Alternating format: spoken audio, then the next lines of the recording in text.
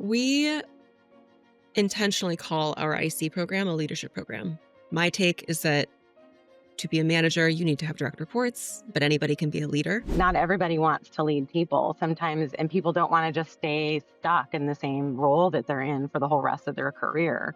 A lot of people really thrive as being ICs. To see it as more of a commitment is also where we're going to get really great insights and really great buy-in from those people. I think it's terribly important to insist on individual values. Learning Culture Podcast. Initiative, creation, all these things which we value. It's now possible to make organizations on a larger scale than was ever possible before. Learning Culture Podcast. Teach people to analyze the kind of things that are said to them.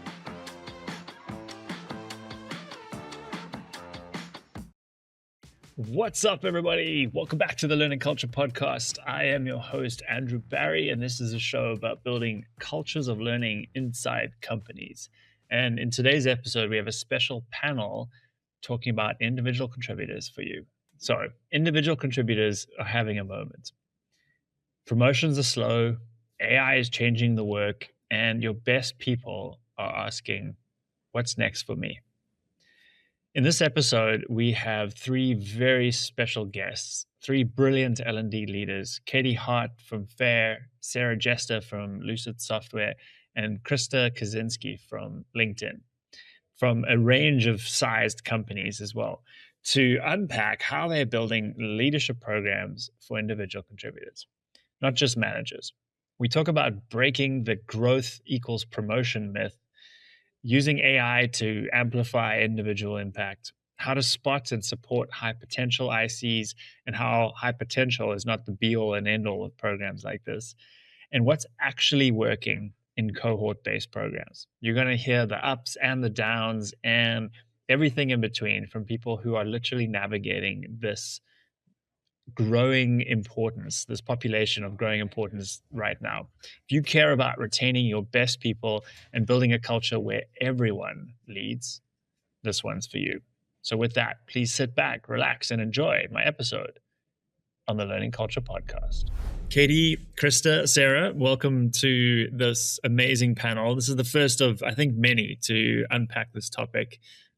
Really excited to do that with each of you. And I'd invite you to just do a quick 30-second intro for who you are, what your role is, and where you work currently, and where you're based as well. Okay. Hi, everyone. My name is Krysta Kaczynski. I am at LinkedIn currently. I've come from a few different, tech companies prior to, so I've been at LinkedIn about a year now, and I sit under the talent development team. That's a little bit about myself. Yeah, I'm Katie Hart, excited to be here chatting with three of you today. I am currently at Faire, and I oversee learning and coaching specifically. And I've done that in various iterations at several typically tech companies in my past. Hey everyone, I'm Sarah Jester. I work at Lucid Software as Learning and Development Manager. Lucid Software, we're based in Salt Lake City, Utah, and we make visual collaboration software that I can't live without and can't teach without. So. Yeah. So amazing. Thank you, Sarah. And I'm excited to dive into this topic with you guys. So we're going to be talking about individual contributors. Anybody who's followed me on LinkedIn in the last 3-4 months has seen a lot of that talk. And a lot of that has originated from work that we started doing with Katie and her team at Faire over a year ago, and have been doing now for, we've done 5 cohorts with ICs. And it's just the more and more I've thought about it and written about it, the more it feels like a growing need inside companies. But there's still so much to unpack and understand about this. And we'll obviously talk about AI as well, because that's having a huge impact on all talent development, but I think especially this role. So Katie, actually Sarah, let's start with you, and let's start with the why. And when you and I first connected, you told me about a program that you were launching at Lucid for individual contributors. I'm curious what specifically prompted that program to launch, and what have you seen so far from running it? Yeah. So About, I would say 2 years ago, we saw two kind of themes come up at the same time that really fueled this idea. And we call it growing at Lucid. So this was 2 years ago. As the economy changed, our engagement survey results were really showing that our employees were perceiving less career growth. And that kind of clicked with us as they thought growth equaled promotion. And we all know as learning and development professionals, and even just how, I'm an elder millennial, went through several economic downturns, is that we really do think about growth as skill development, experience development, and being ready when the business need is there. And so we saw that as kind of a lens quickly. That was one theme that kind of came up. The second theme is that managers were really wanting more formal ways to develop their directs. We have a leadership development program called Leading at Lucid, and it's very focused on new managers or emerging managers. And we do teach career coaching and people development in that. But I was getting a lot of questions of like, Sarah, I really love the content, but like, can you really help me specifically think strategically about developing my people? And a lot of the conversations I was having with managers was coming from like, I really want to help them explore and take ownership of their career.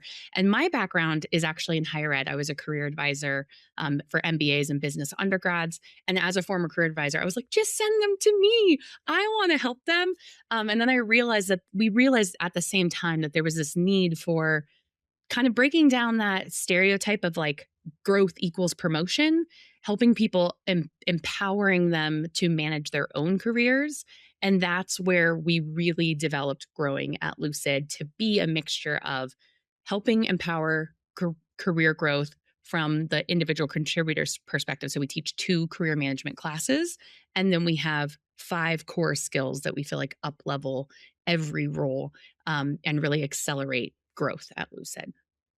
And it's been going great. It's been going great. Great feedback.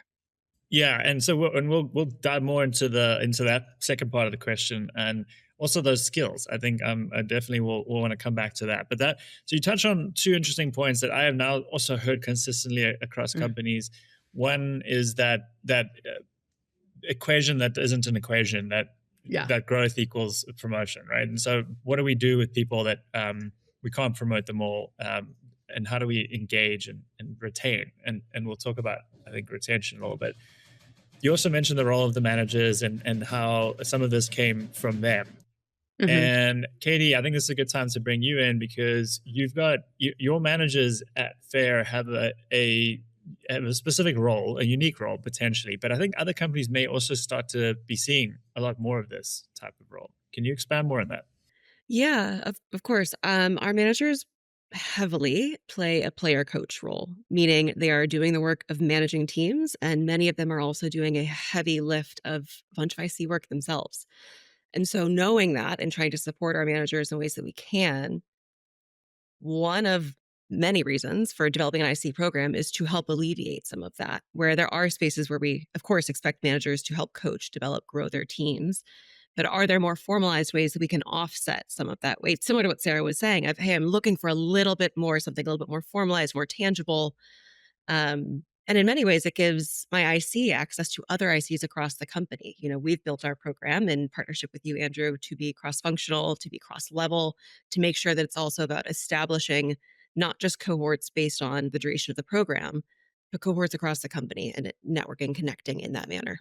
Okay, so I think we've touched on sort of what need it's filling at a high level. I think we're going to keep building on that piece of it as well. There's something important to tease apart here, and Katie, I'm going to direct this to you as a follow-up, is the difference between pure play IC development and kind of pre-manager training. So how do you think, sort of that split, and then how do you serve those 2 needs differently? We intentionally call our IC program a leadership program. My take is that to be a manager, you need to have direct reports, but anybody can be a leader. And so that's how we've really structured the program, and the concepts, the topics, the skills that are integrated into it are about leadership. Some of those do have blend over into management, but our manager program that follows a similar formatting, I would say different topics and skills is more honed in on when you already have direct reports so that when you leave those sessions, you are immediately applying those learnings. So I would say that's kind of the core component for me is anybody can be a leader. If you're a manager, you have direct reports at that moment. Yeah, and I think this idea of leadership all the way down is very much at the core of that point around AI that I mentioned, because AI is now an enabler for that. It enables people to do so much more work on their own. We've all seen that if we played around with it.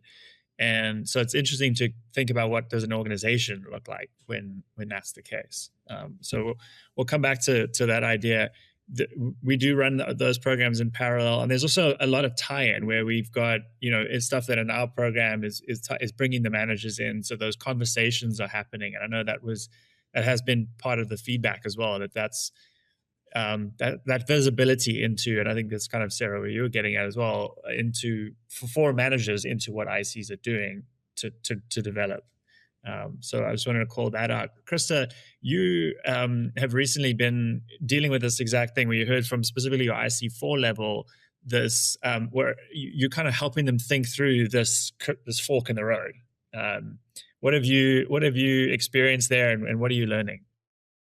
Yeah, I mean, I do think, and what Katie alluded to, I mean, it is really important to understand that management path is not for everybody, right? Not everybody wants to lead people sometimes, and people don't want to just stay stuck in the same role that they're in for the whole rest of their career.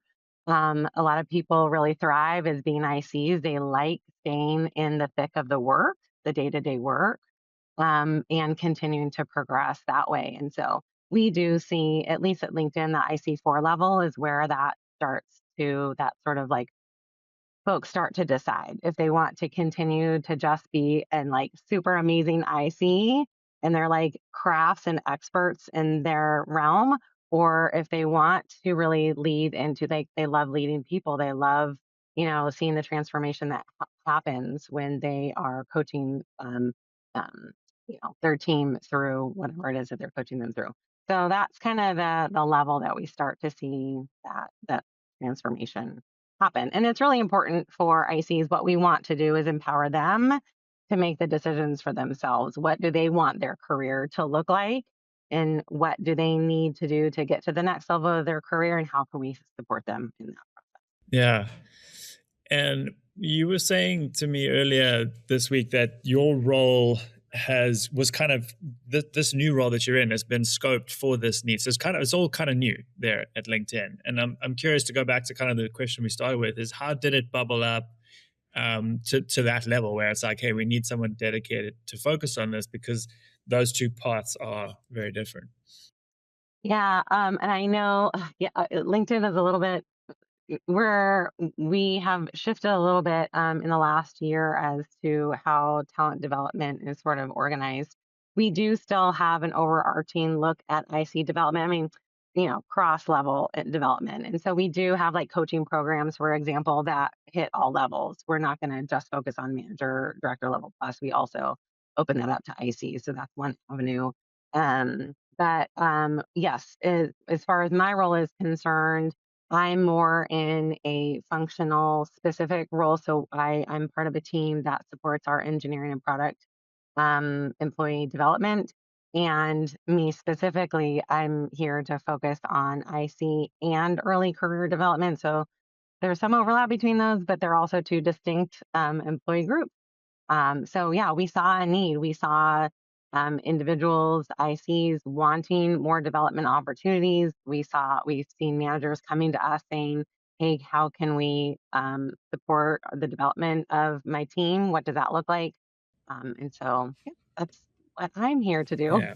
Yeah. And so it's all still fresh and new as well for you. So I think part of this, and actually when we had our prep call earlier this week, you were like, Katie, Sarah, I'm gonna tap, for some 100%. perspectives and insights. Yeah. So Yes. that's really what today is all about as well. Let's talk a little about, and Krysta, sort of sticking with you, one part of this as well is when we're looking at these different populations and that sort of employee life cycle is the high potential sort of component of it, right? And it's an interesting area because I think some companies like go gung ho for this. Some there's a balance, like, but there's a sort of a whole spectrum of how this is. But I have often found it's sort of wrapped up in the same conversation. Because like manager training is manager training, and then IC training in some places it's only really considered a high potential thing. Like not every IC gets development, right? Which is kind of, I think, what a lot of what each of you have talked about leading into this is like that's not really how you're thinking about it at all. And so, Krista, it was definitely a consideration. It was a metric that's playing into this. But can you kind of paint that bigger picture for how you're thinking about it in the context of retention, which is still a very important metric? Yeah, yes, and I appreciate you like labeling out. There are lots of different levels of individuals and layers of things that we're thinking about constantly. High potential is one area that we're looking at, um, but they're not the whole. They don't make up the whole puzzle.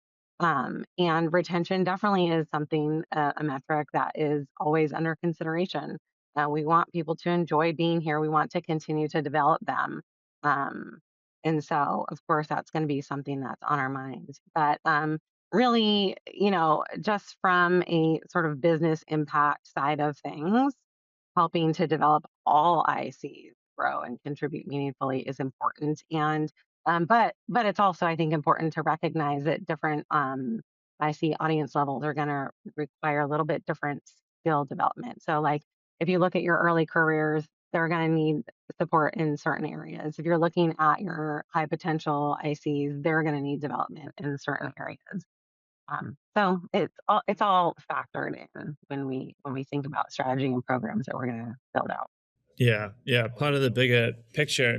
Katie, you and I have talked about this a lot, and you mentioned it also on our prep call. I think you have a almost like a warning for people that if they are using, high potential retention as a trigger for something like this, that may already be too late. I may have sort of stolen your thunder there, but yeah, can you expand on that? You took my hot take out from under me. Yeah, I did. I think through my lens, my goal would be that by the time somebody has reached the point through whatever that internal process is of being labeled a high potential, they've already had exposure to these types of programs, that we're not waiting until that moment to deploy this kind of offering. In part because I think there is value to not only offering IC development and IC formalized programming to high potentials, but also because once you get to talking about high potentials, it's often not a one size fits all approach, right? And so, I mean, Chris, you kind of spoke to this as well. Like for some individuals, it might not even be a learning program. It might be executive coaching. It might be exposure to the executive team and or the board. It might be more networking. And depending on company size, right? So for me at Faire, this would look drastically different than Krista at LinkedIn, just thinking of scale. So yeah, I don't look at a high potential IC program being a first line of business when I step into a company to build formalized learning and development. Mm. Yeah, I definitely agree with that idea. And I have a follow-up question to this that we didn't really talk about, but I'm curious if any of you have a thought on how programs like this can help you identify high potential talent, because we all have like our ways of doing it, 9box and whatever, and like you said, it's going to be quite subjective and difficult to be objective on. But if a program like what potential does a program have to sort of surface someone? Katie, do you have maybe a thought on that? And then Sarah, also bring you in on that. I'll say I have ideas that could be tested and challenged and proven wrong. But I think how somebody shows up as a leader in that capacity, how are they engaging? How are they taking their own skill sets and peer coaching, peer mentoring others through the process of a cohort? I think are all different levers you could look at, not in isolation, but as part of a wider picture of what is this individual's performance and how do they show up each day at the company with their peer set. Yeah. Yeah. It's almost like a new, like a not a training ground. It's like a new platform to do that, like outside of the work, outside of projects. And yeah, Sarah, curious if you've had any thoughts or seen anything like that from the programs you've run. Yeah, I think that My take on high potential is we did explore growing at Lucid potentially being a high potential program, and then we quickly pivoted as we kind of dug in and realized, I really want anyone at Lucid that wants to commit time to the program, and sees that as like, oh, this is a potential for growth to be in the program. Also, I think that high potentials, they're really going to thrive and want to retain with the support of their managers. And so I think by offering like I will talk about it a little bit more as I talk about growing at Lucid, but really our audience is managers. Our audience is supporting managers to support their employees. And so I think that by providing kind of service in that way, then we are supporting them in retaining their top talent that they want to retain by they get the chance to promote and say like you should really join this. I think it's going to be awesome for us to elevate your career. Yeah, and yeah, I think you make a good point there that actually just someone opting into a program like this is signal that that we should be paying attention to this person. And I think Katie, we've certainly seen that, and I think because it's a commitment, right? It's like it is somewhat stepping outside of your work. It's an extra thing to commit to. So that's already a good signal that someone is raising their hand. And the program we run, Katie, it's obviously opt-in, and so there's a wait list for it, which is great. Like people are raising their hand and saying, hey, I wanna be a part of that, which again goes back to that thing of growth. This is seen as an opportunity to grow, which is really cool. Okay, so let's talk about capabilities. And maybe this is a good time, Sarah, to talk about growing at Lucid and those 5 capabilities you mentioned. And I'm curious well, actually, let's start there, and then we can talk about like what does AI capability mean? Because I think that definitely plays into this, and almost all capability conversations include some elements of AI. Yeah, that sounds great. So our 5 core that we identified are personal productivity and ownership, influential communication, data literacy, managing up, and project management. And we didn't focus necessarily on AI specifically, but we have embedded AI into the entire program in terms of how are you leveraging AI and managing AI in that space of project management or personal productivity and ownership. And then I'll take a step back. And as we've approached AI training and enablement overall, our goal overall for the whole company, our goal has really been to up level people's ability to augment their own work. And we on the Lucid Learning team, there's 2 of us.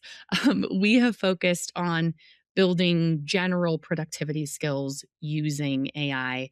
So things like, because we feel like it can like really touch all roles. So, that really will help people master prompting, personalized assistance, AI agent building, et cetera. And we come at it from that lens so that they get used to the tools and then they can use those to expand their roles and responsibilities as they are looking to leverage AI in their work. And we're seeing AI like enablement happen organically, but from a more formal standpoint, we're saying, how can you use it to up level your own personal productivity?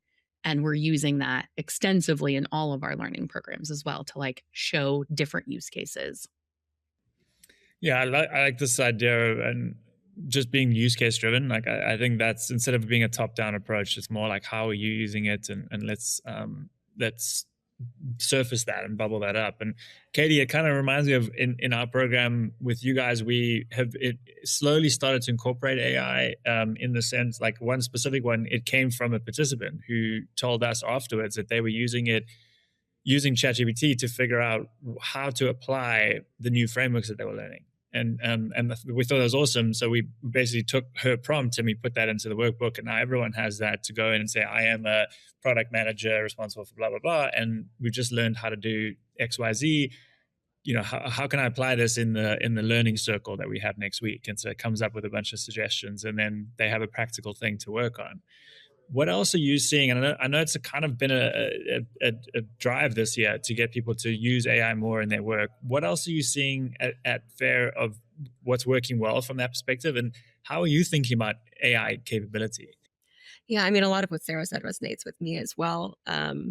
definitely a both and situation, right? Through the IC program you're speaking to, Andrew, looking at it not through the lens of teaching the tools or enabling on the tools, but rather how are you integrating these tools into your existing workflows to enhance the levels at which you're performing.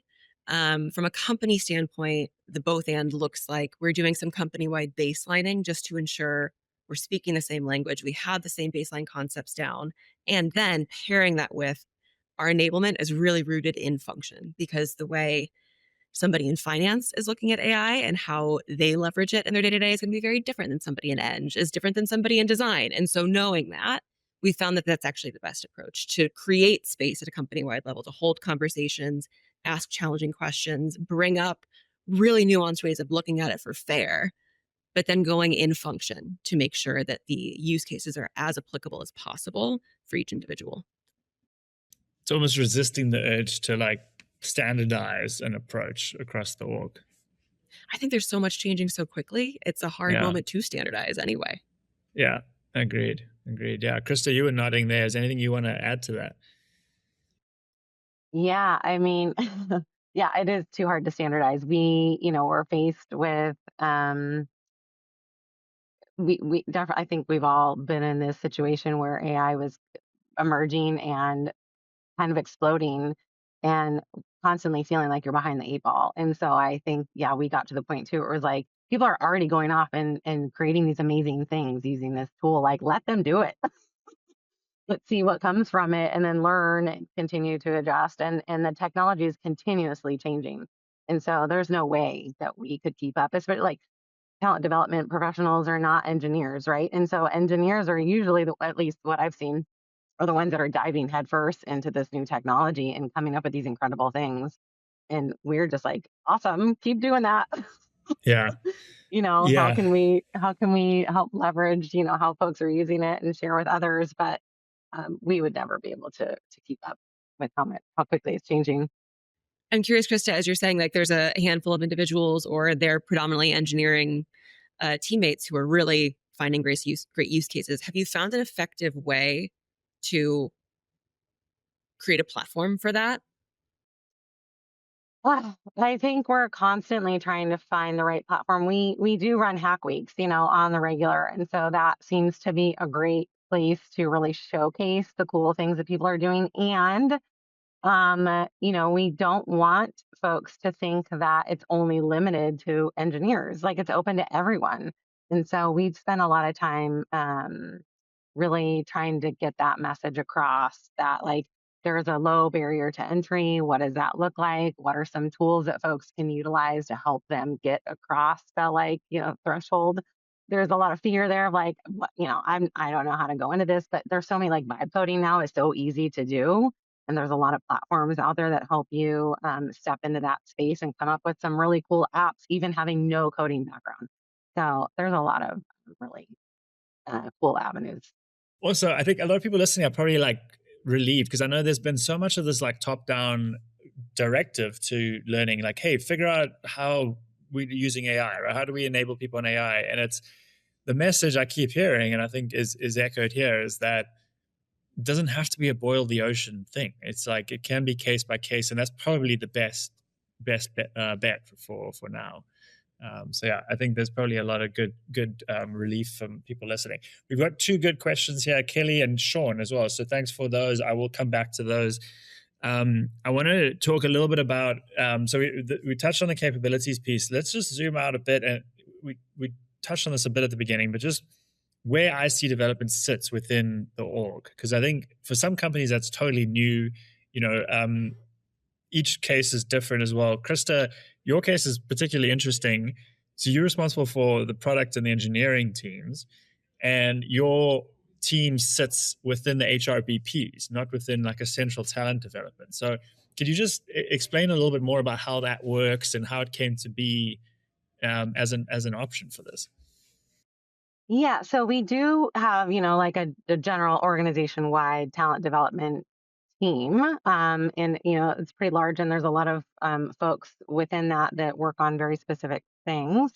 As I mentioned previously, about a year ago, the organization really switched to this function specific model. So there are three teams that are focused on three teams within talent development that focus on specific functions. And so the team that I'm a part of is, like you mentioned, engineering and product focused. And we do report up to the HRBP team. So it's been really, I think it was kind of a thing that we tried out. It was very successful. And so now all three functions report up through all three talent development function specific groups report up to HRBPs.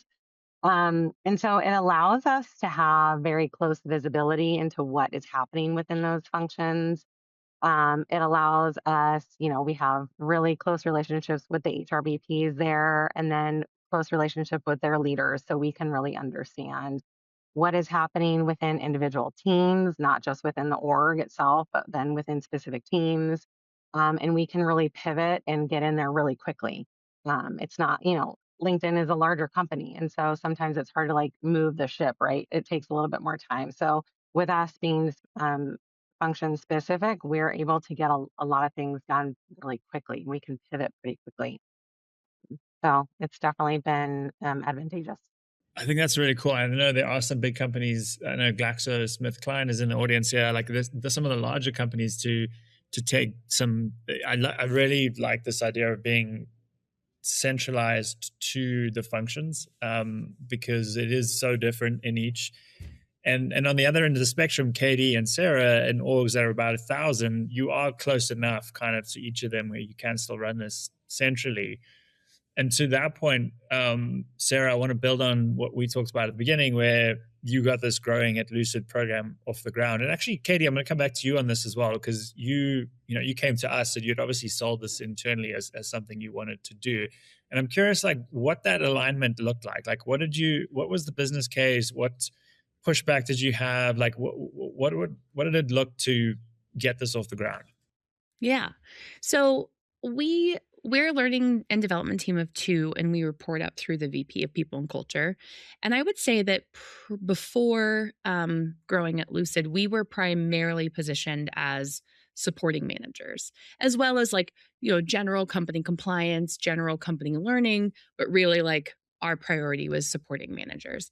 And we positioned growing at Lucid from the why question I answered earlier as really an IC development program that actually serves managers and serves managers' ability to retain their top talent and be able to develop. We teach our managers that um, everyone is in charge of their own career and you're not in charge of their career, but we were never teaching that, like truly teaching that to ICs. And so we now feel like we're able to have this conversation directly with ICs, support them in developing lifelong career management skills, and really drive their career so that instead of just coming to their manager and saying, okay, manager, like, let's talk about my next promotion, which wasn't always happening, but like our trends we were seeing was more like that.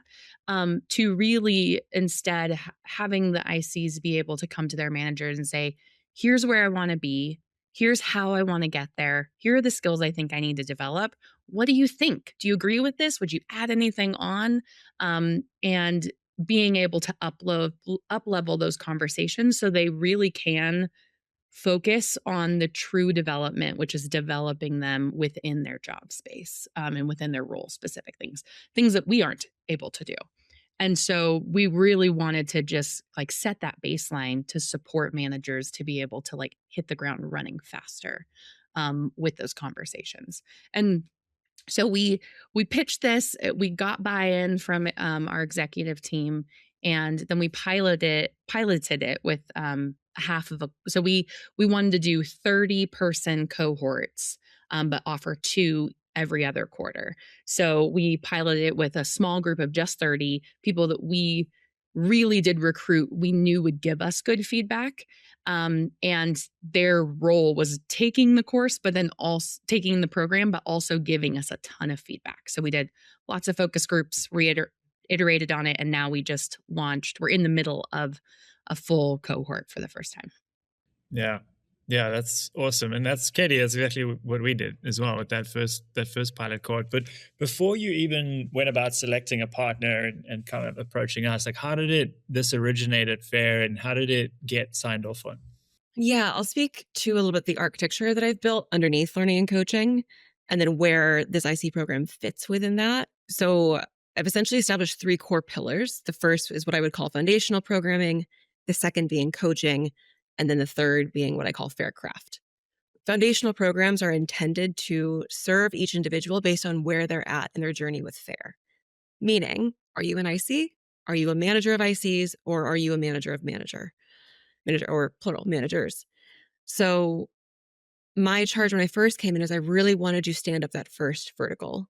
Now, forcing function with bandwidth, I could not build and deploy all of those programs on my own. Hence the need to tap somebody with the expertise of Andrew and his team to say, hey, I'm focusing on our manager population, but I'm not pausing or waiting to greenlight our individual contributor development. So, kind of outsourcing, pulling your team in to do that build in tandem while I was focused on our managers so that the two programs in many ways could speak to each other and could build on each other. And then, we still offer IC to coaching and managers. And then that third pillar is a little bit more of the team effectiveness work that can be more nuanced and catered based on what's happening in each function. Mm. That was very helpful, and I think there's a question related to this as well, Jana. I see your question. I hope I'm saying that right. I'll come back to this as well, which is this idea of like base training across the entire. What else is there available for people who are not going through one of these cohorts? Let's do a quick lightning round of what is working and what isn't working. So lessons learned for people who are looking to run these kind of programs. Katie, do you wanna kick us off with that? I don't know that I've come across anything that I wouldn't try again Yeah. because I think there's so much value in the lessons learned. I mean, Andrew, for us piloting this program, we learned so much in that first My iteration God. that gave us a whole novel's length list of things we wanted to tweak and change and adjust. And then the delta that came between cohort one and cohort two was incredible. And I think that's where that special sauce is. That's the heart that matters of where are you pivoting and adjusting based on feedback from participants and their managers and what you're hearing in the business. Are things stable? Do the skill sets that we started with still resonate with this group a year later? For us, yes, they do. They are evergreen. We've made slight pivots and adjustments, but really the core of what we built has stayed strong. So I think it's more about failing big, failing fast, and celebrating it, and then adjusting going forward. Yeah. Yeah, and that's a good point. Like I think we saw that we had to make some of those mistakes to then know to get to the program we're at now. I will give everyone listening something concrete. I think one thing that we definitely saw was that having some kind of on-ramp to a program like this was quite key. When we did like a cold start, this is module one, like straight into it, that was very, like people were like, well, how does this fit in? What's the, who are these people, all that kind of thing. So having just like an onboarding and a kickoff and all that was like one thing we did add after that pilot, which made a big difference. Sarah, what about you? What lessons have you learned from growing at Lucid? So we there's a couple lessons we've learned. I would say that one of the big lessons between the pilot and the and our current cohort is we learned that there's some skills that we wanted to teach, and we realized actually their functions are there's too cross-functional. And so instead we kind of took a step back and said, okay, we actually want to teach the ecosystem. Let's take project management, for example, or a data literacy, right? Like we want to teach you the process and then have you be able to identify where your role fits in and where your manager fits in and where anyone like a stakeholder or a internal customer fits in to the whole process, to kind of take a step back and be able to see that when you make decisions, it has consequences, or when like how you fit into the puzzle of the bigger picture, instead of true project management. And so we did flip that class quite a lot. Same with data literacy, just really focused on like, we're not teaching you how to get the data. We're teaching you how to ask the right questions. Then you're going to get the data. And then how do you present that effectively? And where do you fit into that process? And where does your role fit into that process? And how can you elevate that process from wherever you're at? Yeah, it sounds very I think I was, contextualized. yeah. Yeah, and like individualized. Like people have to like kind of figure out for themselves and Mhm. probably make that explicit during the program. Yeah. Yeah. And I'd say another like big learning piece for us over the last several years and growing at Lucid is like a result of that is that we have found, at least with our group, that one off programming, like if we just offered a lunch and learn or something like that on any of these given topics, they don't have the same impact. They don't carry the same weight as saying, we have this really awesome program for you. It is a personalized experience. And here are learning goals, but we talk about learning goals as by the end of the course, we want you to be able to confidently say that you can do these things. And to see it as more of a commitment is also where we're going to get really great insights and really great buy in from those people. So we stopped doing a lot of one off. Yeah. I would love to piggyback on that because Sarah, I mean, as you and Kate were both talking, that is sort of the thing that came to my mind as well. So we did have um, for a while we were running what we call open enrollment courses, right? And so it was like 2 different topics a month. They were again, this is focused for our specific engine product environment, but it could have really been open to anybody because they were generalized topics. But it was, professional development topics that we were running on a regular basis. And the amount of time and effort it put into running those because they were in person and virtual, and then we had to come up with a topic and build out the content and do the marketing and all the parts, right? And so they started out a little bit slow, and then they got pretty decent attendance, and then the attendance we've seen start to drop. And we're also recognizing that while they were good opportunities, like ongoing opportunities for folks to jump in and learn a new skill set, the impact we really couldn't track and look at. And so and now we're seeing attendance start to drop. And so now we're pivoting more to that program, more robust program where there's invitations and people are committing to this thing, and so we can track that way too. Yeah, that's super. That's really cool. And actually a really great segue now into a couple of the questions. And so let me just gather my thoughts quickly.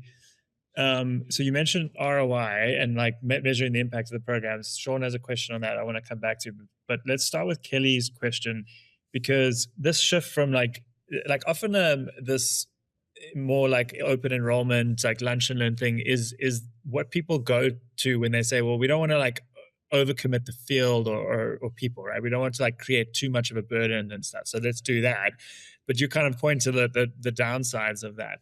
And so Kelly's question is, if you are going for more programmatic approach, what methods do you use to help ICs stay engaged through the duration of the program? Does anybody have a take on that they want to start with? As Sarah was speaking earlier, I was going to say a huge +1 to extended cohort-based, more bite-sized learning format programming. And things I would consider there are that bite-sized piece. Like I don't want or need my learners to be in 3 days back-to-back dedicated. They are away from their standard day-to-day. They're away from their peers, the clients, in ways that is such a big ask of the business versus saying, we'll be taking them for 1 to 2 hours every other week for 3 months. That feels very different, both from how am I positioning the ask on time, and it creates a space where it's integrated into their normal flow, right? So they can go learn a little bit and then immediately spend the next 2 weeks applying, testing, trialing it before coming back together and debriefing what that looked like. So I think finding those spaces where you are fitting it into not just teach the tools, but also integrating application of said tools and trial and error and debriefing and discussion with peers into the program is key. I still get so many requests for like, can we do this in a day or 2 days? And so I want to acknowledge that. I think I'm much more of an advocate for the way we do it, like you suggested, where it's spread out over 3 months and it's like an hour or two a week. The only flip side to that is if you can bring people in person, then sometimes it does make sense to like, there's some benefit to condensing it all. Obviously, that has to happen in a shorter time frame. But again, like even then, I'd rather have a bit of both. I think the point I'm trying to make to a lot of companies is this works virtually. It really does. Like you can, with peer-to-peer learning, and like the cohort style works really well, especially when there's continuity between sessions. It's not just a Zoom call. People have their videos off and all of that. The other part, I know I've only mentioned classes, but the other two key parts of the program, and this is also how we work our leadership development program, is touch points with your manager. So throughout ours is 8 weeks. It's over a quarter, but there's holidays and some other things that we skip sometimes. So it's 8 weeks total. But you will have specific prompts to check in with your manager about what you're learning. So that quick, I can actually apply it, have some conversations with my manager. And then we also do something called pods, which are essentially peer to peer learning. And so they always have a 30-minute activity that they're doing with groups of 4. And we did it originally in our pilot, it was 1 hour with groups of 6, and we realized that was too much. So we paired it back to one quick activity that they can do together to really iterate on the learning and apply it directly to whatever they're working on, have really great conversations. They're cross-functional as well.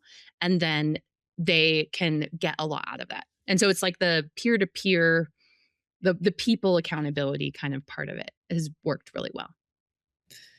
Yeah, this is great. We haven't talked a lot about your program. It sounds so similar to the one we're running at with Katie at Faire, and it kind of makes me feel like we're all onto something here. You know, like independently have arrived at the same approach. All right, this is great. So Sean had a response to Katie's last point as well. I'm seeing a trend in micro learning approaches for ICs. I'm also seeing more organizations adopt mentoring programs catered to ICs in their development plans. So good validation there. And then Sean's question from earlier was around metrics, and I'm curious because I have a thought on this, and we give Katie these reports at the end. I'm curious actually, Katie, which ones you value higher than others. But let me actually start with Krysta, because you were talking about impact.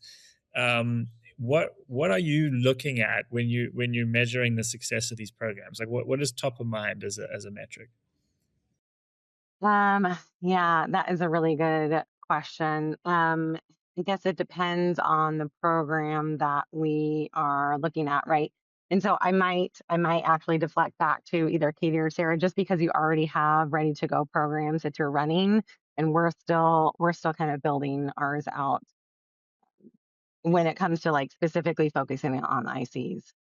Yeah, so curious, like what bubbles up for you? What do you look at first when you get results from us? I mean, there's the easy, simple ones, right? Like you're looking at attendance and satisfaction, the baseline things that are very much table stakes, and then going into more of, okay, well, if we did a pre and a post survey, where are we seeing movement in self-assessed skills growth? Are we also measuring the managers and saying, hey, to the managers, complete this quick survey so they can consider and measure their teammates' growth over time? And then I think this is much trickier with an IC population than a manager population, just because of the numbers game. But further down the line, after you've had enough reps and enough of population exhaustion, where are you seeing other levers get pulled? So are you seeing any shifts in engagement surveys? Are you seeing spikes and trends with populations who have been engaging versus those who haven't been? But that's a much more delayed set of data that we will look at, but we do look at it and consider as one of many data points that could be drawing some impact there. I think that's the key as well, is to look at that whole picture, not just any one of these. And what to call out as well, the one about manager observed behavior change, let's just call it that, was something I learned from you. And that was really interesting to then get that. It almost like helps to corroborate the self-assessment on the skills. So if you get managers actually going, oh yeah, this person has gotten better at this thing, like that's awesome, right? Then you can really put some weight behind that. It's a bit of twofold on it potentially corroborates a self-assessment, but also it's a reminder to the manager of you're still developing this individual and you should be having coaching conversations, touching on these topics. And it's meant to be a support to the manager, not in lieu of the manager. I'm over here laughing because it does really sound like our programs are very similar. So we survey, I would like double down on everything that Katie's saying. The metric that I was most excited about capturing and seeing movement on has been, where do the managers rate that their direct drives the conversation or that they lead, like the manager leads the career conversations before and after. We ask, I think we asked the same thing in the self assessment, but we really did see that nothing stayed the same. Our averages all went up of people saying now they are actually driving their career conversations. That was a huge win for us in feeling like, okay, we're on to something. We're on to something. We're actually making a difference here. Yeah, that's a good one.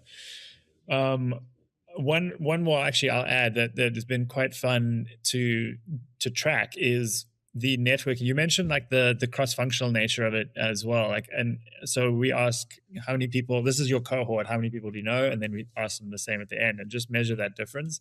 And that's I think super interesting and hard to measure with that downstream input. All of us know, like the more people you know and have relationships with at work, the better you're going to work together, you know? So I think that's an interesting one just for people, even just to like, not even have to measure it, like recognize that that's the benefit of doing this cohort style. Yeah. Okay, let's go to Jana's question. So Jana says, so regarding going back to the AI enablement piece, are you offering any base training across the entire company to build a foundation for AI skills? And then how are you looking at ongoing training? Is it owned by L&D or is it a culture shift to peer share outs?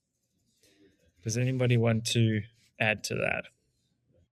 I mean, I can share that I've been with a few companies now that did build out sort of a base training. But again, the technology is shifting so quickly that you can't even keep it up to date with how quickly the technology is changing. And really, it's shifted more to just focusing on encouraging folks to go out there and try these things out. We're also, I mean, I'm sure every company is folding some kind of AI tooling into their day-to-day operations too. And so even if it's, and each of those tools have their own manuals for how to use them. And so it's like, let's just, encourage folks to take a look at that and try it out really is where where I've seen several companies now land. Our team led with a stronger out the gates centralized model of doing that baselining, foundation setting, and it's far more webinar style, I would say. So there's very little engagement. They're short, about 30 minutes, deep dives into various topics within AI.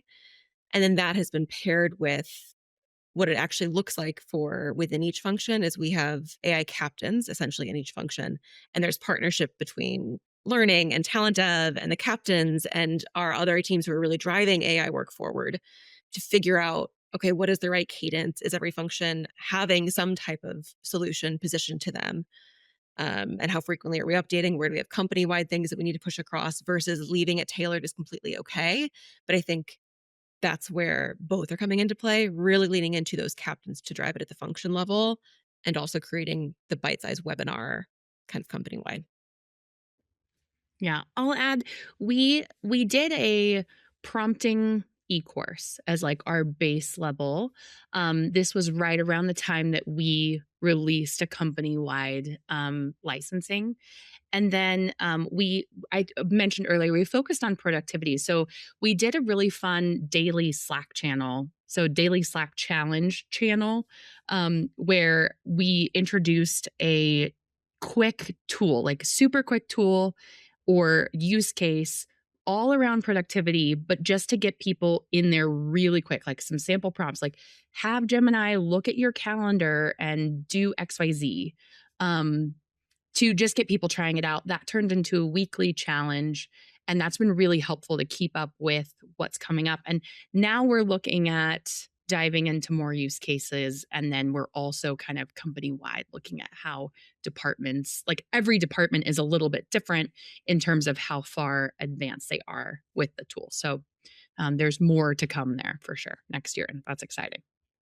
That's really cool. And I think that echoes my own experience as well. I'm learning Claude Code, for example, at the moment. And the sessions are like peer share outs, it's just seeing what other people are doing. And it's cool because this type of stuff is natural language. It's not like Yeah. there's certain steps you have to follow. I mean, there's a little bit of that, but it's less so like that. It's very much you can explore and get to the same outcome different ways. So yeah, I think that those are really solid answers. Yeah, we've got like a minute left, so I'm like in two minds about going down this path. But I think it's worth just saying we haven't talked about this, but Jana had one more question as well that's sort of around this, and it's just the shifting nature of work and how for people who really have their identity tied to a craft like writing or coding or design, and seeing a lot of that being done by AI now.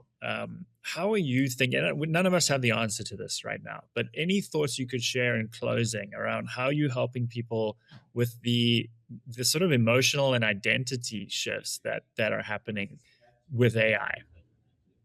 Loaded question, I know, but any initial thoughts on that as at a human level?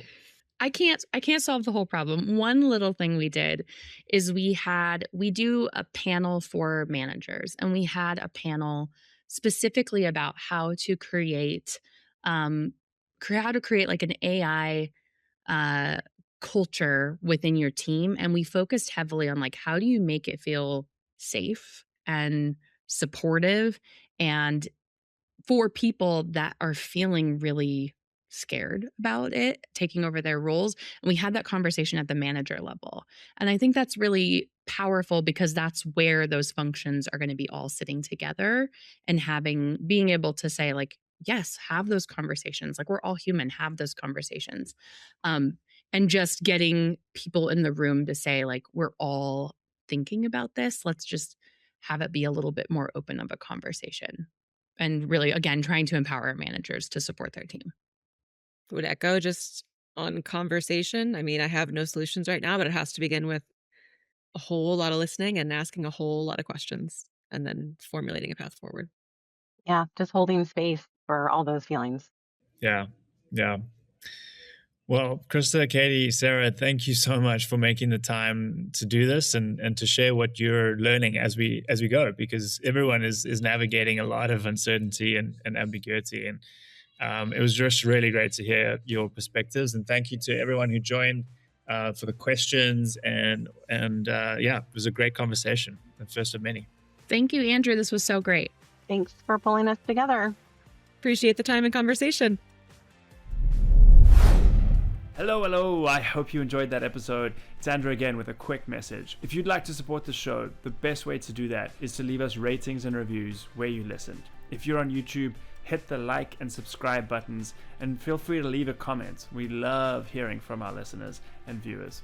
If you're listening to this on Apple Podcasts, please take the time to give us a rating and leave a review. Once again, we love hearing from our loyal listeners. If you're listening to this on Spotify, please hit the follow button to make sure that you don't miss new episodes as they come out. See you next week for another episode of the Learning Culture Podcast. Thank you for listening.